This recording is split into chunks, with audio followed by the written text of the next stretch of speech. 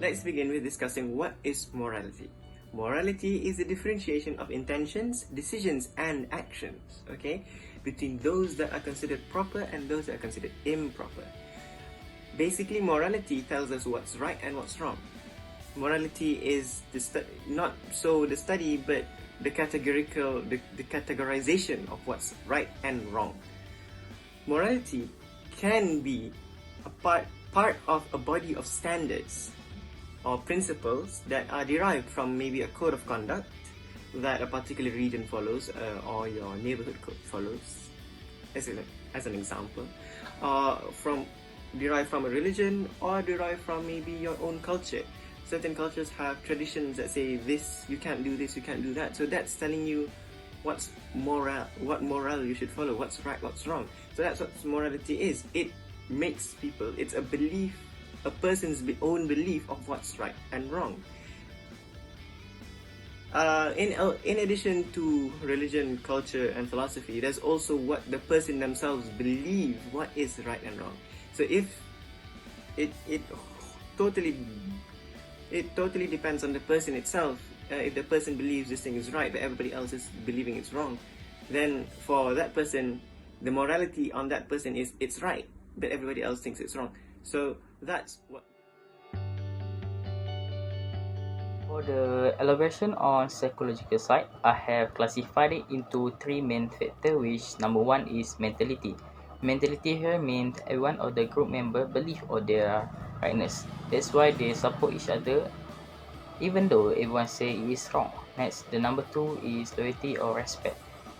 Some cases people protect his group member because they respect the person or the loyalty attitude toward the group member. And finally, the last one is by force in terms of work.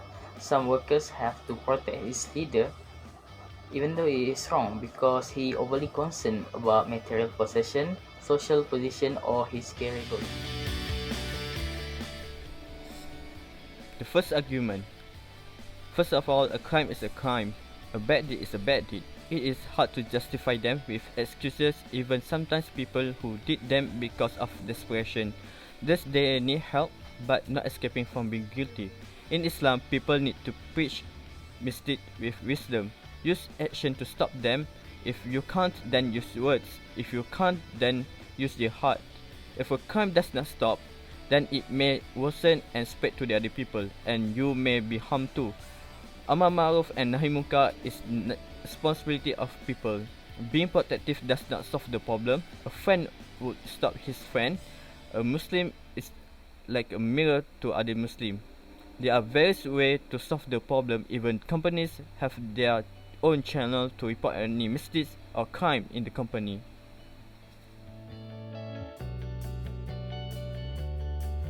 Argument for choosing not to expose people is that the person's reputation and credibility will be ruined if we decide to expose it. In the age of social media, where almost everyone has a social media account, tend to spread bad rumors without thinking of the consequences for the exposed person. This is not ideal, since our intention is to stop the person from continuing to do the bad deeds. He will receive hate and will be publicly shunned by his friends and colleagues. This in turn will plant deep hatred towards us, as we are the ones responsible for exposing his bad deeds. A real-life whistleblowing example case would be evident in the 1990s. Tobacco companies in the 90s used to engage in shady and unethical business practices.